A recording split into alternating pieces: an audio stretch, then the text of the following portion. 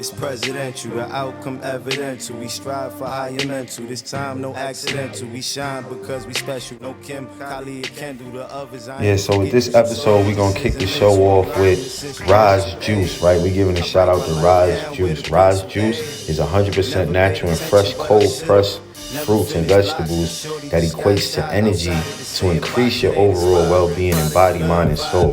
When you are on a juice cleanse, it gives your body and gut a chance to rest and reset, rehydrate, and replenish while also removing built-up toxins by way of replacing the bad with the good nutrients. And with added hydration, you will have noticeably glowing skin, shinier hair, stronger nails, anti-aging, etc. This is what me and my kids is drinking, so I recommend Raj Juice, family. Hey man, shout outs to I Am Mastery Academy. That's the academy that's teaching people how to learn and earn on the go, teaching people how to invest and be on the right side of money. Shout outs to Doc Spills and all the educators over there that's teaching people, whether it's levels, colors, harmonics, with simply teaching people how to learn and invest. And you can just match your colors. That's what we learned from day one. So get with me. That's at Read, Remember, Repeat, or at Big MUGGA. Those are my Instagrams. And let's get this money, family. Welcome, family, to another episode of Read, Remember, Repeat. Shout out to you guys, my Read, Remember, Repeaters, right? We're gonna give it up to Raj Juice with this orange, carrot, and lemon. Ooh, this thing is fire.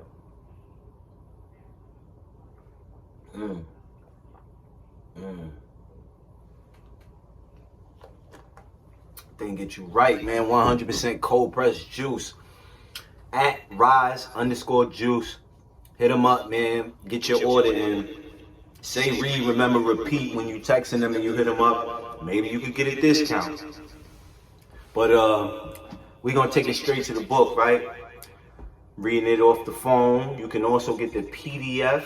You don't have to have the physical copy, but it's good to have the physical copy because it's different from reading. Like right now, I'm not gonna lie, these words are little, but bear with me, family, and let's go. Let's get it popping. You know what I mean?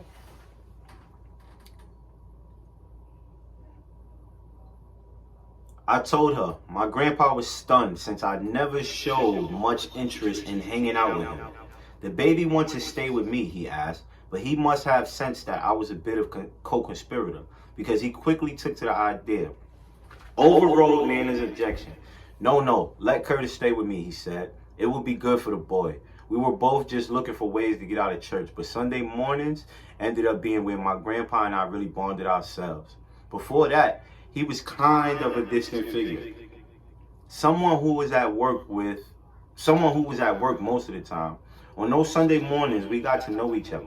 We spent a lot more time watching football games or hanging around the house than studying the Bible. But my Nana didn't have to know that. We were forging a bond that's lasted to this day. It was during this period that my grandfather demonstrated another valuable lesson about the importance of controlling perception, especially in a relationship. My grandfather worked at the local GMC factory and had a ritual when he got paid every other Friday. As soon as he walked in the door on payday, he would give my grandmother his check. She wouldn't have to badger or hassle him. He just handed it right over to her. As a child, it never made sense to me. You work your ass off all week and then just give your paycheck to someone else? I used to think, what sort of system is that? But recently, we were on a trip together. I take him on at least one trip with me every year. And I said to him, Pop, I never understood how you just gave her all your money. You couldn't understand it at the time because you were too young, he explained. But I gave her all the money to stop her from looking at things that I couldn't give her. Instead of having her head filled up with fantasies, I let her work with reality. Having that peace of mind at home was worth more to me than a few extra dollars in my pocket. I finally understood his strategy.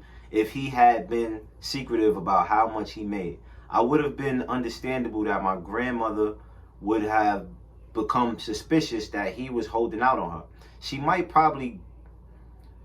have bothered him for a nicer dress or an expensive pair of shoes. He's probably got it. She might have thought to herself, he's just being cheap. By showing my grandmother exactly what he was bringing home and then giving it all to her, my grandfather had shifted the energy in the house. If she wanted the nicer pair of shoes or the more expensive dress, she was going to have to justify that purchase to herself, not him. And by handing her everything, my grandfather became a sure thing in my grandmother's life. Most people are always going to stick with a sure thing. When I looked at it like that, his actions suddenly made so much sense to me. While I was happy to build a closer relationship with my grandfather during those Sundays, I didn't particularly like lying to Nana, especially about what I was really doing after school. But I was beginning to understand that in order to get what I wanted in the time, I was going to have to learn how to juggle Nana's perception of me with who I was becoming on the streets. I could have done what a lot of kids did in my hood, which was drop out of school and say, I don't give a fuck whether my family likes it or not. But my love for my Nana was too strong. I had to let her hold on to her perception of me as her baby. More than anyone else in my life, Nana understood me. Even if I tried to keep part of my life hidden from her. After she died, my aunt was reading my Nana's old Bible and saw that she actually used to write down her prayers on little scraps of paper, which she would tuck between the pages.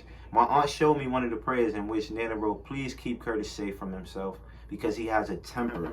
Lord, it's not his fault because that boy has been through a lot.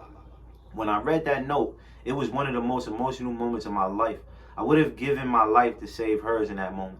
That's how much she meant to me. My love for my Nana is why I committed to keeping up two identities at home. I would continue to be Boo Boo, the sweet kid who followed Nana's rules of no cursing under her roof, who loved her pork and beans with Franks, who was polite and showed respect. Outside of her home, I developed a different persona. I wasn't known as 50 Cent yet, but I was becoming known as someone you didn't want to cross, as someone who was going to do whatever it took to get what he wanted. While my Nana might have seen me as her baby, outside of her home, I wanted the neighborhood to notice me, to view me as someone worthy of respect. There were a lot of elements I knew I couldn't control, being poor, parentless, and maybe a little funny looking. But I was determined that the elements I could control, my appearance and presentation, were going to make an impression on people. The first thing I set out to change was my physical makeup. As I've mentioned, as a kid, I was overweight. Remember when I rhymed, I love you like a fat kid love cake in 21 Questions? I was that fat kid. I spent way too much time on the couch watching TV while wolfing down cheese sandwiches and drinking cranberry juice. I was headed on a path toward obesity, diabetes, and so many of the issues that plague way too many African Americans. Getting into the boxing gym corrected my sloppy physical presentation once I committed to putting in the work. I transformed from a fat 12-year-old boy to a sleek and powerful young man. What surprised me most of that, I began to crave the discipline of boxing more than I craved the cake, cookies, and soda. The cake made me feel good for a moment, but then that rush was gone. Training and staying in shape made me feel good all of the time. Outside of the physical strength it endowed me with, I liked knowing that my body could sway how people felt about me. If other males weren't outright intimidated, they treated me with more respect. A lot of women were attracted not only as eye candy, but to what my muscles said about me. That I was someone who was disciplined, that I wasn't averse to putting in consistent work on something they were focused on. The indication of those qualities, even more so than rubbing on a man's biceps or broad shoulders, is extremely attractive to women. Ever since I first started shredding the pounds in the boxing ring, staying in shape has been a fundamental part of my persona. The only time I've slipped up was after I went on tour to support Get Rich or Die Trying. We were on the road constantly for over a year, and I wasn't properly prepared for challenges created by the touring lifestyle. Lots of hotel room service and even more fast food. I slipped back into bad habits from childhood and started eating whatever I wanted while working out less and less. Not surprisingly, I put on way too much weight. I started off the tour looking like the headlining artist, but by the end, I looked like my own security. When it was time to shoot the cover for my second album, The Massacre, I had a problem in my hands, or more accurately, my chest. One of the lasting defining images from Get Rich or Die Trying was a shirtless picture of me on the cover looking muscular with a diamond cross hanging from my neck. That's the image people associated with 50 Cent. It had proven track record of selling records. The reality was different. When it was time to release Massacre, I wasn't obese, but there was a flab where there used to be definition. I couldn't abandon the shirtless motive, so I came up with a solution.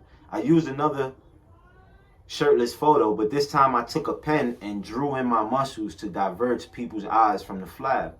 I gave myself definition around my pecs, shoulders, and arms. I also put on gloves so that the whole image took on a cartoon-like quality. The diversion worked. No one was talking about Fat 50 Cent. They were just talking about the music. The Massacre sold 1.5 million copies the week it came out and ended up moving over 10 million worldwide. Still, I vowed never to compromise myself like that again. Projecting the right appearance. Ever since I had to pull out my pen for the Massacre cover, my muscles have been real. I will admit, however, that there have been times when I've manipulated how people perceive me and other ways to further my agenda. One of the first times I realized I could attract what I wanted through projecting success was when I was initially trying to make the transition from selling drugs to music. I was doing very well on the streets, but no one was really taking me seriously as a rapper yet. I knew I needed to meet the right people if I was going to progress.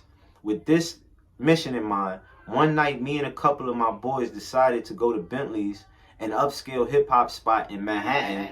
Bentley's would broadcast their Friday night parties on the radio, which drew a potent mix of rappers, athletes, celebrities, and models. If you wanted to break into the game, Bentley's was a great place to do it, provided you could get past their doorman. They were specifically to make sure every hood dude in the 5 boroughs looking for a record deal couldn't get in the door.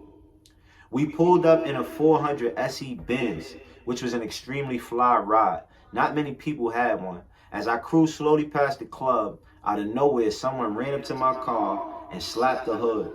I'm someone who does not appreciate being surprised, and my displeasure must have shown on my face. Yo, my bad, son. The guy quickly apologized. I thought you was my man Kenny. He got the same whip.